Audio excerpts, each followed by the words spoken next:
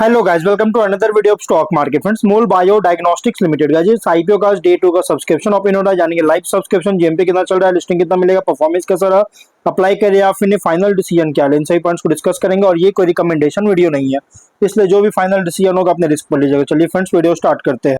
तो guys, IPO 10 को open हुआ था 12 अगस्त, कल क्लोज किया जा रहा है 17 अगस्त का लिस्टिंग डेट, और ₹1 का फेस वैल्यू, 768 टू 807 रुपीज का प्राइस बैंड, 18 शेयर्स की lot size, fresh capital OFS combination, book build IPO, 940 crore का issue size, 1.1 crore shares issue किया गया है, जो कि फ्रेश कैपिटल 200 करोड़ का, ओएफएस 740 करोड़ का, 76 रुपीज का एम्प्लॉय डिस्काउंट दिया गया। बीएससी एनएससी पे लिस्टिंग हो रहा है दोनों एक्सचेंज में। अलॉटमेंट डेट 13 अगस्त का, 14 को रिफंड रिलीज किया जाएगा, शेयर्स डीमैट अकाउंट में क्रेडिट होगा। ऑफर दिया गया है क्यूआईबी, एंकर इंक्लूड नहीं करेंगे। 19.9 big HNI, 10 small HNI, 5 retail में 34.9 और एम्प्लॉय 0.2% ऑफर दी गई है, जो कि रिटेल मिनिमम 1 लॉट अप्लाई कर सकते हैं, 18 शेयर्स मिलेंगे, 14.5 थाउजेंड पे करना पड़ेगा।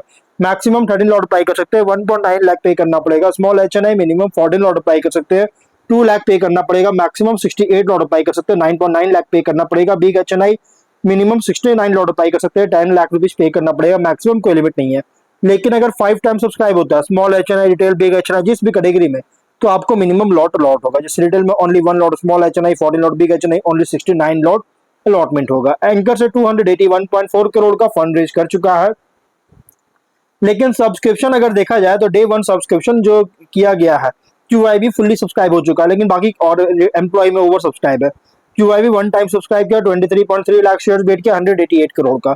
एम्प्लॉय 2.1 टाइम सब्सक्राइब है, जो कि ओवर सब्सक्राइब, 20,000 शेयर्स का ऑफर था, 43.5 थाउजेंड शेयर्स का बीट किया, 3.5 करोड़ का।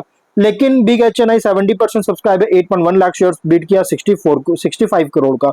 स्मॉल एचएनआई 80% सब्सक्राइब है, 4.6 लाख शेयर्स बीट किया, 37 करोड़ का। Retail 77% subscribe, 31.3 lakh share bid किया, 252 करोड़ का, जो कि एचएनआई और रिटेल अंडर सब्सक्राइब देखने को मिल रहा है। अगर हम ओवरऑल देखा जाए तो 83% सब्सक्राइब है, 67.8 लाख शेयर बीट किया, 547.4 करोड़ का सब्सक्राइब देखने को मिल रही है, और ये डे 1 सब्सक्रिप्शन है। लेकिन जीएमपी अगर देखा जाए तो 138 रुपीज का ट्रेड कर रहा है, 17.1% का स्ट्रॉन्ग लिस्टिंग गेन एक्सपेक्ट कर सकते हैं, मतलब कि मॉडरेट लिस्टिंग गेन एक्सपेक्ट कर सकते हैं। 945 रुपीज की एस्टिमेटेड लिस्टिंग प्राइस, 2484 रुपीज के एस्टिमेटेड प्रॉफिट सिंगल लॉट में मिल सकता है। बिजनेस क्या है, तो कंपनी जो है इमर्ज्ड है as a leading player innovative point of care diagnostic products का जो कि मॉडर्न टेक्नोलॉजी पर बेस्ड है, और ये ग्लोबल प्रेजेंस है मोर देन 100 कंट्रीज में, जो कि प्रोडक्ट और सर्विसेज का यूज कर रही है। और कंपनी का फाइनेंशियल अगर देखा टॉप एंड बॉटम लाइन में स्टेडी ग्रोथ देखने को मिल रहा है, कोई सरप्राइजिंग बूस्ट वगैरह नहीं, बल्कि स्टेडी ग्रोथ देखने को मिल रहा है। और ये जो कंपनी है ना, ये अभी फिलहाल अगर एक जो ऑफर कर रहा है, इसमें वर्चुअल मोनोपोली कंपनी एंजॉय करता है। लेकिन कॉम्पिटिटर की बात करें डोमेस्टिक मार्केट में, पॉली मेडिक्योर, डॉक्टर लाल पाथलैब्स, मेट्रोपोलिस हेल्थ केयर, विजय डायग्नोस्टिक्स, ये सभी इसके कॉम्पिटिटर है। ऑब्जेक्टिव क्या है, तो कंपनी जो है research and development facility, chief centre of excellence और कनेक्टेड ऑफिस स्पेस के लिए इंफ्रा सेटअप करना चाहती है, और कैपेक्स करना चाहता है certain plant machinery other equipment का परचेज करने के लिए गोवा यूनिट 1, यूनिट 2 और विशाखापट्टनम यूनिट के लिए, जिसमें फंडिंग करेगा। जनरल कॉर्पोरेट पर्पज के लिए फंडिंग चाहता है। और रेशियोज में ROE 51.6, ROCE 17.5, RONW 14.5, PAT margin 11.3, EBITDA margin 22.5% का, PB 9.5, P रेशियो 55.4 टाइम का। Promoter holding pre issue 44.9, post issue 41.3% का होल्डिंग देखने को मिल जाएगा। देखिए रिसेंट फाइनेंशियल डेटा के अकॉर्डिंग प्राइस बैंड जो रखा गया फुल्ली प्राइस रखी गई। आईपीओ जो प्राइस बैंड है फुल्ली प्राइस्ड आईपीओ, लेकिन स्वॉट एनालिसिस करें तो स्ट्रेंथ अगर देखा जाए तो point of care, molecular diagnostic और मॉडर्न मेडिकल टेक्नोलॉजी सेक्टर में ऑपरेट करता है। फ्लैगशिप ट्रू नेट प्लेटफॉर्म है, जो कि portable battery operated molecular testing capabilities provide करता है। स्ट्रॉन्ग प्रेजेंस है इन्फेक्शियस डिजीज डायग्नोस्टिक्स में, जो कि एप्लीकेशंस है टीबी और अदर सेवरल डिजीज के साथ। Proprietary technology, product development capabilities, जो कि मीनिंगफुल एंट्री बैरियर्स क्रिएट करता है। डाइवर्सिफाइड प्रोडक्ट पोर्टफोलियो, जिसमें कवर कर रहा है मॉलिक्यूलर डायग्नोस्टिक्स, कंज्यूमेबल्स और related diagnostic solutions. Strong domestic और इंटरनेशनल प्रेजेंस है, क्योंकि ये ग्लोबल एडॉप्शन ग्रो कर रहा है इसके साथ। और एक्सपीरियंस मैनेजमेंट और एस्टैब्लिश्ड इंस्टीट्यूशनल इन्वेस्टर्स के द्वारा बैक किया गया है। लेकिन वीकनेस की बात करें, बिजनेस में कंटिन्यूअस इन्वेस्टमेंट जरूरत पड़ेगा R&D टेक्नोलॉजी और प्रोडक्ट डेवलपमेंट में। रेवेन्यू सिग्निफिकेंटली डिपेंड करता है कंपनीज प्रोप्राइटरी डायग्नोस्टिक प्लेटफॉर्म्स के एडॉप्शन पर। हेल्थ केयर रेगुलेटरी अप्रूवल्स, जिसके कारण प्रोडक्ट डेवलपमेंट टाइमलाइंस को इंक्रीज कर सकता है। इंटरनेशनल एक्सपेंशन, जो कि बिजनेस हो रही है, इससे एक्सपोज हो सकता है करेंसी और रेगुलेटरी रिस्क के कारण। और स्पेशलाइज्ड टेक्नोलॉजी रिक्वायर्स जरूरत पड़ेगा स्किल टेक्निकल और साइंटिफिक पर्सनल के लिए का। और अपॉर्चुनिटीज की बात करें, डिमांड ग्रो कर रही है rapid decentralised affordable molecular diagnostics के लिए। इमर्जिंग मार्केट्स में एक्सपैंड कर रहा है जहां लेबोरेटरी इंफ्रा लिमिटेड है। टेस्टिंग रिक्वायरमेंट्स भी इंक्रीज हो रहा है इन्फेक्शियस डिजीज और अदर हेल्थ केयर कंडीशंस के लिए। और न्यू डायग्नोस्टिक टेस्ट का डेवलपमेंट एड्रेसेबल मार्केट को सिग्निफिकेंटली एक्सपैंड कर सकता है।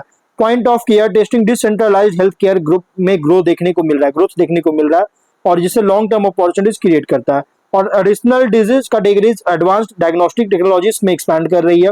लेकिन थ्रेट अगर देखा जाए तो स्ट्रॉन्ग कॉम्पिटिशन है ग्लोबल मॉलिक्यूलर डायग्नोस्टिक और मेडिकल टेक्नोलॉजी कंपनी से। रैपिड टेक्नोलॉजिकल चेंजेस के कारण कंटिन्यूअस इनोवेशन जरूरत पड़ेगा। हेल्थ केयर रेगुलेशंस में कोई बदलाव होता है तो प्रोडक्ट अप्रूवल्स और कमर्शियलाइजेशन अफेक्ट कर सकता है। प्राइसिंग प्रेशर लगाया जा सकता है कॉम्पिटिंग डायग्नोस्टिक टेक्नोलॉजी से। और सप्लाई चेन डिस्ट्रप्शन हो सकता है जिसमें इन्वॉल्व है स्पेशलाइज्ड कंपोनेंट्स और कंज्यूमेबल्स, जिससे प्रोडक्शन अफेक्ट कर सकता है। पीयर कॉन्टेक्स्ट तो ट्रेडिशनल डायग्नोस्टिक कंपनीज के कंपैरिजन में ऑपरेट कर रहा है as a technology driven molecular diagnostics company. Focus है decentralised point of care testing पर। कंपनी compete करता है proprietary technology, portability, speed of testing, product range और इंटरनेशनल मार्केट एक्सपेंशन के थ्रू compete करता है। लेकिन इन्वेस्टर के लिए आईपीओ प्रेजेंट कर रहा है diagnostics and medical technology sector पे है। लॉन्ग टर्म ग्रोथ डिपेंड करता है true net adoption, international expansion, new product development और डिसेंट्रलाइज्ड मॉलिक्यूलर टेस्टिंग के लिए डिमांड इंक्रीज हो रहा है इस पर। लिस्टिंग स्ट्रैटेजी, लिस्टिंग निकलता है कि पॉजिटिव आईपीओ है, लेकिन आईपीओ जो है स्ट्रॉन्ग मार्केट्स इंटरेस्ट है, लेकिन लिस्टिंग परफॉर्मेंस अल्टीमेटली डिपेंड करता है सब्सक्रिप्शन डिमांड और जीएमपी पर। क्योंकि ये देखिए मार्केट इंटरेस्ट जो बहुत ही स्ट्रांग है तो है, लेकिन अब इसमें सब्सक्रिप्शन देखना बहुत इंपॉर्टेंट और जीएमपी लिस्टिंग गेन के लिए। अगर सब्सक्रिप्शन मोमेंटम बहुत ही स्ट्रांग होता है तो आप कंसीडर कर सकते हो अप्लाई करने का। लॉन्ग टर्म के लिए पॉजिटिव है, लेकिन गाइस ये जो आईपीओ ना स्ट्रॉन्गर टेक्नोलॉजी प्रोफाइल है कन्वेंशनल डायग्नोस्टिक सर्विसेज कंपनीज के कंपेयर में। और इसमें आपको लिस्टिंग और कुछ पॉइंट्स रेगुलर ट्रैक करना है, जैसे true net adoption, international revenue growth, new diagnostic products, R&D progress, margin और प्रॉफिटेबिलिटी, स्ट्रेटजी वर्डिक्ट, लिस्टिंग के लिए। हाँ, अगर सब्सक्रिप्शन और डिमांड और जीएमपी सपोर्टिव होता है तो कंसीडर कर सकते हैं, लॉन्ग टर्म के लिए स्ट्रॉन्ग है। लेकिन गाइज ये जो है ना ऑफर करता है exposure to molecular diagnostics, point of care testing, health care technology, जो कि significant long term growth potential है इस सेक्टर में। इसलिए गाइस जो भी फाइनल डिसीजन लीजिएगा अपने रिस्क पर लीजिएगा, ये कोई रिकमेंडेशन वीडियो नहीं है। तो गाइस वीडियो कहीं पर एंड करते हैं, कोई डाउट है कमेंट बॉक्स में पूछे। मिलते हैं नेक्स्ट वीडियो में।